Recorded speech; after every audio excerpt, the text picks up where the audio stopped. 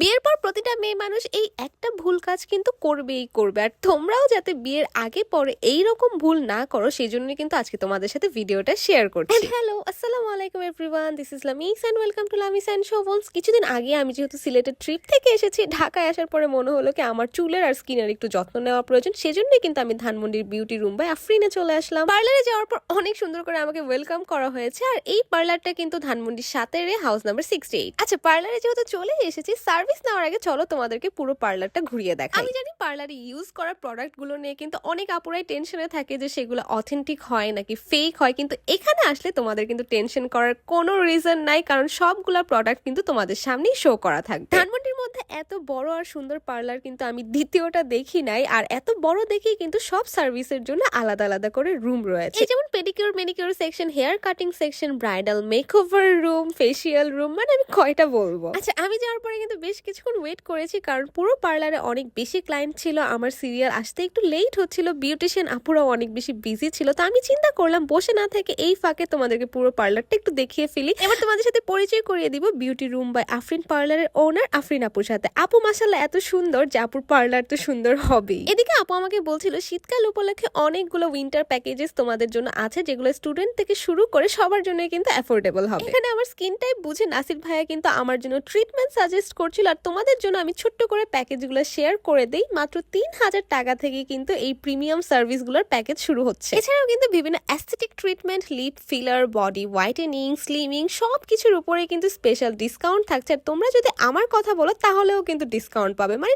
ডিসকাউন্টের উপরে ডিসকাউন্ট চলবে। আচ্ছা, তোমাদেরকে বোঝাতে বোঝাতে এদিকে কিন্তু আমি হালকা নাস্তাও করে ফেললাম। আর নাস্তা শেষ করে আমি চলে গেলাম হাইড্রা ফেসিয়াল নিতে। আর হাইড্রা ফেসিয়ালের কথা কিন্তু মোটামুটি এখনকার জেনারেশনের সবাই জানে। ঢাকার বাইরে থেকে ঘুরে এসে আমার স্কিন এত বেশি ডাল হয়ে গিয়েছিল যে আপু আমাকে বললো তুমি এই হাইড্রা ফেসিয়ালের সার্ভিসটা নিয়ে দেখতে পারো। অ্যান্ড ট্রাস্ট মি, এই ফেসিয়ালটা এত বেশি রিল্যাক্সিং আমার তো কোনো আইডিয়াই ছিল না। এত বেশি আরাম লাগছিল যে আমি কিন্তু এখানে অলমোস্ট ঘুমিয়েও পড়েছিলাম। প্রায় 10 থেকে 12টা স্টেপস এখানে করা হয়, আর এক একটা টুলের কিন্তু এক এক রকম কাজ।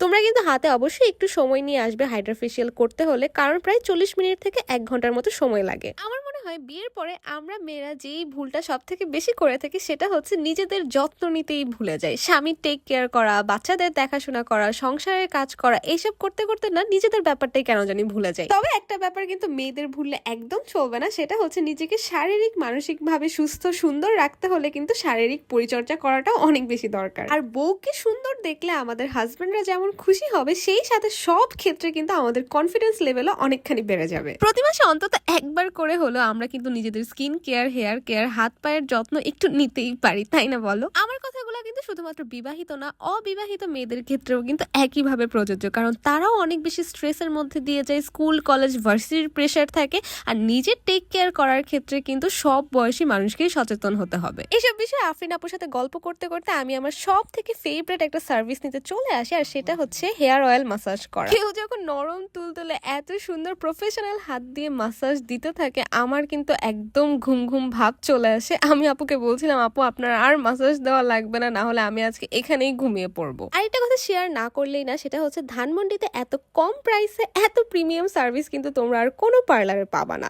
যাই হোক, এবার কিন্তু আমি চলে আসলাম মেনিকিউর করাতে, কারণ অনেক রাত হয়ে গিয়েছিল, পেডিকিউর করার মতো সময় তখন ছিল না। আর হ্যাঁ, উইন্টার মানেই কিন্তু বিয়ে শাদির সিজন, সামনে অনেক অনেক বিয়ে হতে যাচ্ছে। আর তোমরা যারা ব্রাইড হতে যাচ্ছ ইনশাল্লাহ, তারা কিন্তু অবশ্যই এই পার্লারে যোগাযোগ করবে, কারণ ব্রাইডাল মেকওভারের উপরে কিন্তু স্পেশাল অফার রয়েছে। তবে শুধুমাত্র ব্রাইডাল মেকওভারের উপরেই না, আফরিন আপু কিন্তু সব ধরনের স্পেশাল ডেট, এই যেমন ফেব্রুয়ারির ভ্যালেন্টাইন্স ডে হোক, পয়লা বৈশাখ হোক, সব স্পেশাল ডেটেই কিন্তু পার্লারে অফার দিয়ে থাকে। এই ব্যাপারে জানতে হলে কিন্তু অবশ্যই তোমাদের পেজে নজর রাখতে হবে। পার্লারের পেজ লিঙ্কটা আমি ক্যাপশনে দিয়ে দিব। আচ্ছা, শীতে যেরকম স্কিন কেয়ারের দরকার, সেই রকম ভাবে শীতের সবজি দিয়ে কিন্তু অনেক বেশি মজা করে খাওয়া দাওয়া দরকার। আর আমি সেই খাওয়া দাওয়া করতেই কিন্তু আজকে আম্মুর বাসায় চলে আসলাম। আর রুষামণিকে দেখো, ও মাশাআল্লাহ নিজের হাতে খাওয়ার প্র্যাকটিস করছে। তবে ক্যামেরা অন করার পর আর নিজে থেকে খেতে চাচ্ছিল না, তাই আমি ওকে একটু হেল্প করছিলাম। আর এদিকে সিলেট থেকে আমি যে চা পাতা আম্মুর জন্য নিয়ে এসেছিলাম সেগুলো খুলে সুন্দর করে বক্সে রেখে দিচ্ছিলাম আর আম্মুকে বলছিলাম আজকে এটা দিয়ে চা করে তুমি রিভিউ দাও যে টেস্ট কেমন হয়। এদিকে ফুলকপির সিজনে আমাদের বাসায় যে ব্যাপারটা হয় সেটা হচ্ছে ফুলকপি দিয়ে তরকারি তো রান্না হবে মাস্ট, এছাড়াও কিন্তু কোকোলা নুডলস রান্না হবেই হবে। আর আম্মুর হাতের এই নর্মাল সিম্পল কোকোলা নুডলসটাই না অনেক বেশি মজা হয় শীতকালীন সবজি দিয়ে। আর দেখো সবজি দিয়ে রান্না করার পর কি সুন্দর কালারফুল হয়েছে।